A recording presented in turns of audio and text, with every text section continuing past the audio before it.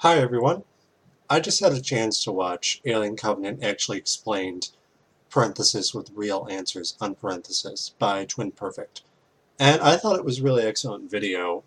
He spends the first portion of the video essentially explaining things in a question and answer type format, but he maintains this format throughout the entire video. But the first portion, these questions are a bit simpler, or they're related just through plot, and then two-thirds of the remaining video are essentially devoted to a deeper analysis, or analysis in such a way that it's not necessarily set in stone. You're not just dealing with plot points that you can sort of prove merely through presentation of evidence. Instead, it's what we would call interpretation, which means that it can go either way.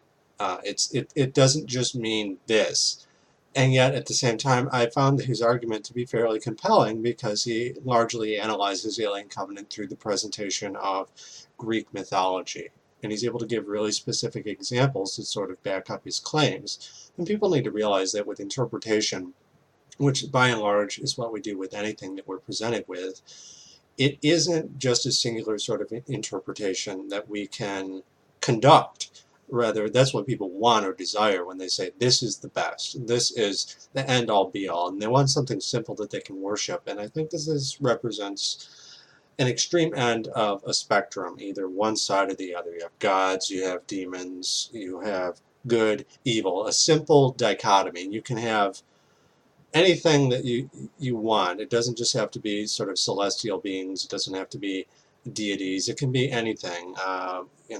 Wind, water, earth, fire, elements, or symbols. They can be anything that you wish. But people have a tendency, I think, to prefer to analyze things in a simplistic manner.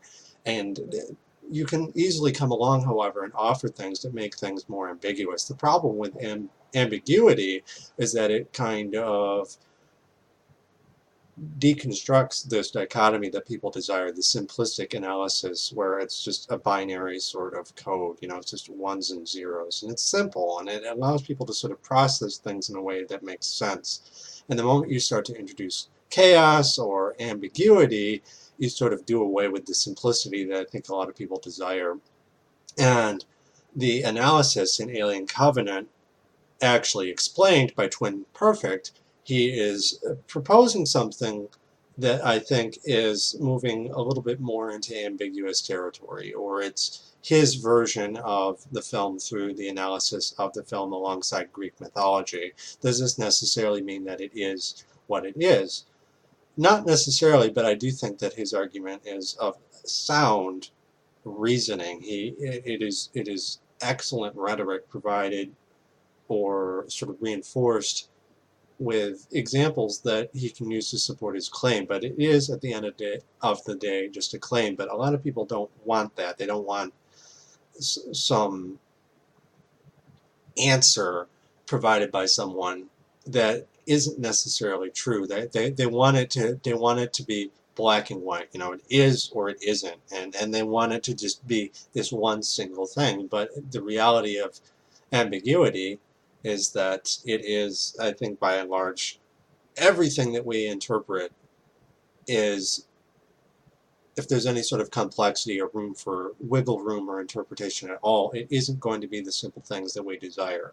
And when people come along and say, oh, well, this is dog shit, in regards to, say, Alien Covenant, they have a desire to sort of maintain this dichotomy of it being this dog shit on one end of the spectrum, one extreme end, or this is the best in regards to, say, Alien or Alien, something like that. So again, you have this establishing of a dichotomy where you have dog shit, and then you have the nirvana and nadir, heaven and hell, good, bad, and they just want that. They don't want anything in between that sort of makes things more complex, because the moment you do that, you do away with the dichotomy altogether, and things become a lot more complex. But they don't want complex. They want something simple. They want to be able to just enter a forum or an engagement where people are talking about a particular film, and they want to be able to just say something simple. They want to say, this is dog shit, this is the best, because they lack any type of leg strength when it comes to actually having a conversation. They don't actually have what it takes to engage in something a little bit more of an intellectual discussion, and they want to be able to just resort or rely on simple statements that they don't necessarily have to prove, because the dichotomy is in and of itself something that sort of holds up their statements. If you're in a situation where all you have is good versus evil, then you only have two responses. This is good, this is bad. Thumbs up, thumbs down. And it doesn't require a lot of thought. And in a situation like that, you're either demonizing or you're deifying something. You're making something sacred or profane. And it's very simple, and it doesn't take a lot of thought. You can just walk in, give a thumbs up or a thumbs down, and then you can get on about your business. But if you're actually interested in, delving deeper into something and actually explaining why, the problem is that system doesn't work. In order for things to maintain a highly polarized system, you have to be able to keep things simple. You can't have things present that would conflict with your hypothesis. So for instance, if you say something is pure good, you have to be able to exclude everything that would go against that claim that something is pure good. If something were pure good and you started to introduce arguments or propositions or evidence, anything that goes against that statement, then that thing can no longer be pure good, and then you start to move away from that extreme pole. And if you can't polarize things, you can't maintain that way of thinking, which is precisely what ambiguity does. And ambiguity is the focus of making claims or deeper analysis, because if you start to analyze things deeply, you'll realize almost immediately that not only are the poles themselves impossible to maintain, provided that you actually start to introduce evidence to undermine them, but making any type of claim with absolute certainty and being absolutely true is also impossible, because that's what it means to polarize something, to make it pure good, pure bad. It's just a simple claim, something that is beyond the shadow of a doubt true. Well, if you go in and make a hypothesis and you say this is this and it's nothing else, that's what you're doing. You're creating a polar end of a spectrum. Okay, it is or it isn't. That's how dichotomies work. And the moment you get into deeper analysis, however, and you start introducing propositions or introducing evidence, again, the maintaining of that type of structure is not something you can really uphold. Which is why I think I really enjoyed this particular video by Twin Perfect, because it has people who it is essentially addressing people's polarized claims where they say, this is stupid. Okay, that's their hypothesis, that's their claim, and it's very polarized, okay, because it's black and white, because you have alien, which people worship, and they come into a situation and all they can offer is a thumbs up or a thumbs down pertaining to their view, their singular myopic view. Their only way to interpret things is if they're good or bad according to what they deem is good or bad. And they say alien is good, alien covenant isn't that, so it's bad. That's a very simple sort of analysis. And what Twin Perfect does is it comes into this situation and he is able to undermine this very simplistic way of interpreting film by providing something that kind of runs countercurrent to that. It runs against the grain of this simplistic analogy.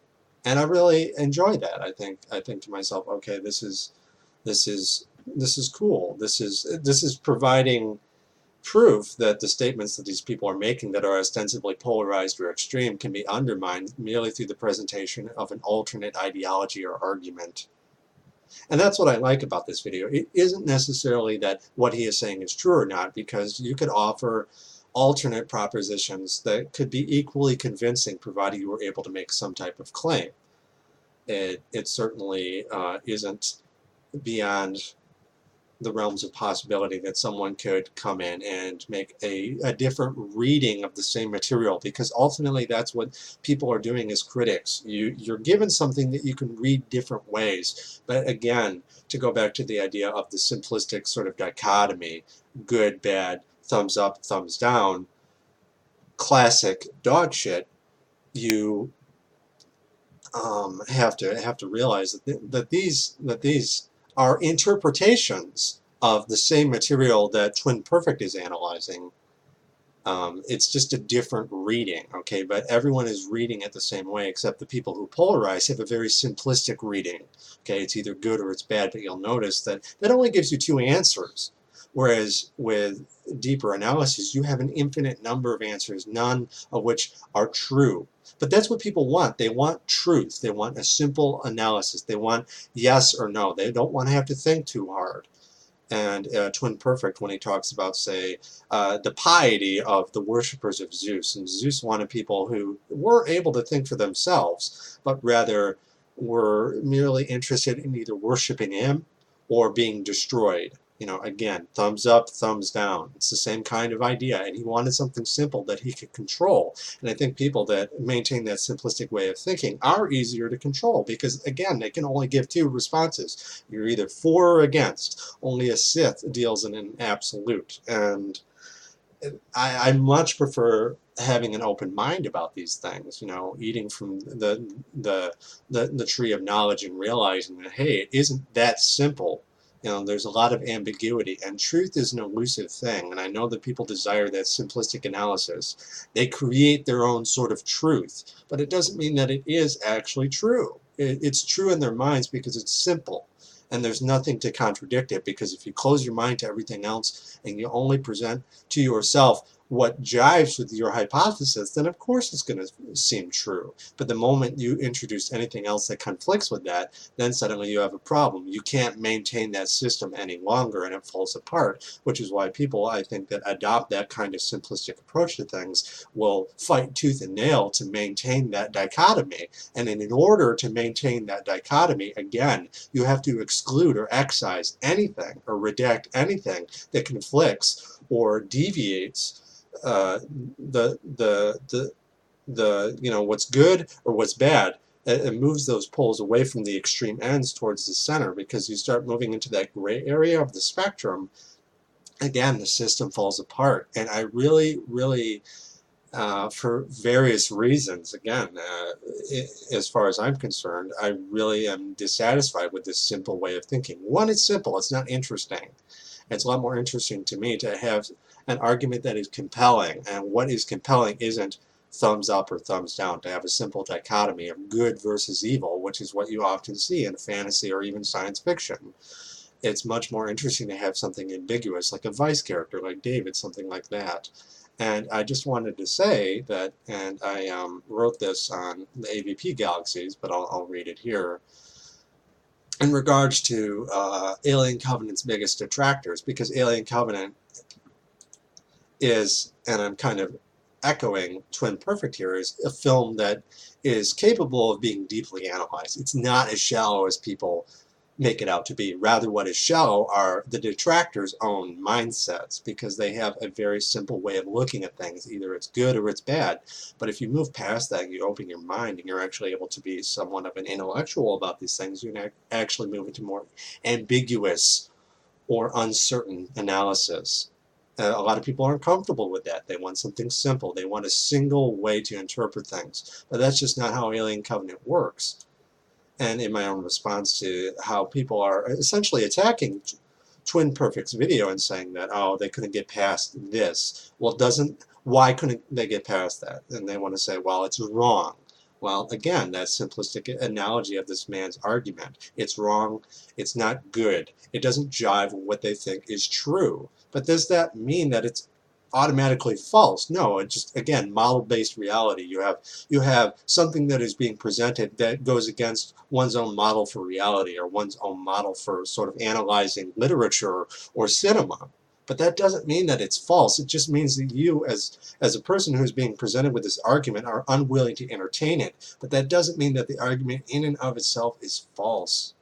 It doesn't mean that it is poorly constructed, because anytime you have an argument, you have to have someone who is willing to listen to that argument. But if you're not willing to listen to it, to again, you being sort of polarized, someone who merely sees the world in black and white, that's your fault. The onus is on you, not on the person giving the argument.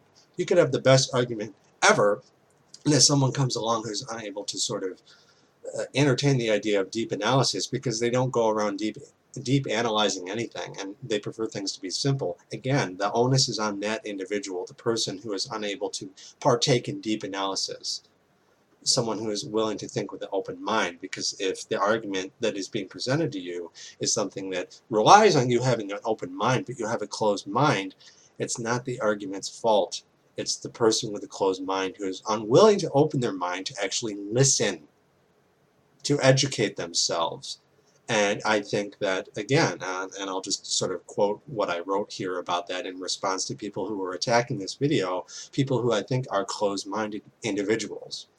I feel like the film's biggest and fiercest detractors are the least educated and not willing to watch a video with excellent presentation and clearly explained arguments only demonstrate their ignorance and unwillingness to actually read or interpret what they are seeing. They merely want a simple, singular way to view something, and if that desire is unrequited, they chorus simple, biased statements such as "Covenant is shit," illustrating their closed minds. Not talking about anyone in particular here, but merely addressing the pointless hate this film gets from people I deem ignorant due to their singular way of thinking and closed minds. A refusal to watch this video outright only exemplifies this ignorance further and one's willingness to maintain a closed-minded, myopic perspective, to be a bad reader and critic, in other words, and reflect evidence and redact evidence contrary to one's hypothesis, or isolate and highlight only the aspects of something that maintain one's extreme views. The issue with simple polarized ways of thinking is that you can't maintain a highly polarized position without keeping things simple. But one cannot keep things simple without excluding or ignoring evidence through one's non-participation of illuminating events like this video. To ignore them is to maintain one's simplistic views, but also achieves only in cultivating ignorance, to worship the gods rather than becoming gods yourselves. And that's essentially it. You have people who are willing to maintain a position of ignorance to deceive themselves into thinking that their simplistic system is in fact the truth. But it is no more true or false than the complex system being proposed by someone who is partaking in deeper analysis.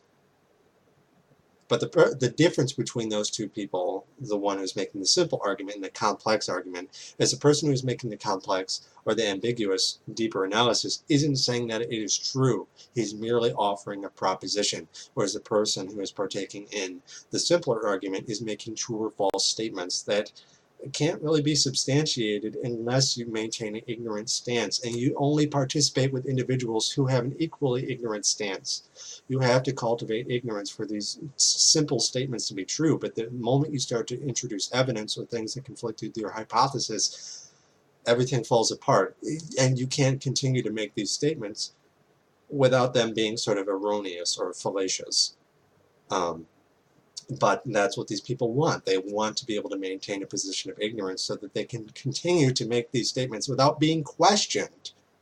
And that's what I have a problem with. And why this is important, I will not understand, but I think it has to do with the simplicity of the individuals who are unwilling to participate in, like, intellectual exercise, okay? The idea of intellectual exercise or philosophy or analysis of literature or cinema, anything like that, isn't to get at the truth. It's to expand one's mind. It's to entertain the possibility of something beyond the simple proposition of a true or false statement. You know, this is good, this is bad, and yet I see a myriad of individuals who come into a situation and say this is dog shit, and then they get a myriad of thumbs up statements, you know, 120 thumbs up for saying this is shit.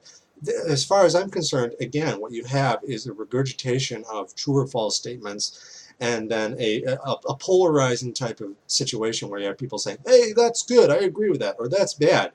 But that's the gist of it. It isn't anything beyond black and white sort of interpretation. And again, when you're dealing with a black and white sort of analysis, you only have room for two responses.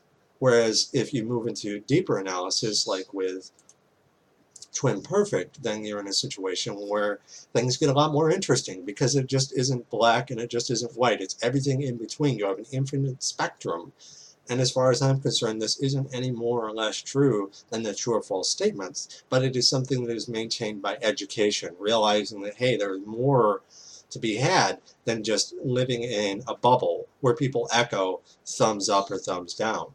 But that's just how I see it. And I just wanted to address that because, again, as I've said in the past, the Alien Covenant's biggest detractors are individuals who maintain a very simple way of looking at things, looking at cinema, looking at film, and they want everyone else to sort of chorus their agreement, because the moment you start running into a situation where they don't, then what they say isn't substantiated by anything other than their own ignorance, living in their own bubble. And people live in these little myopic sort of idiosyncratic habitats for people who want to entertain these very simple statements. And it's like, no, that's not interesting to me. I don't understand why people want that, why they feel, where the security comes in that. Ignorance is bliss. Ignorance is something that makes us feel safe. But you're living in the cave. You're living in God's garden with Adam and Eve, not eating from the fruit from the tree of the knowledge. You're the Eloi from the time machine. And you're kind of buffering yourself from reality, from any type of truth that could actually be gleaned.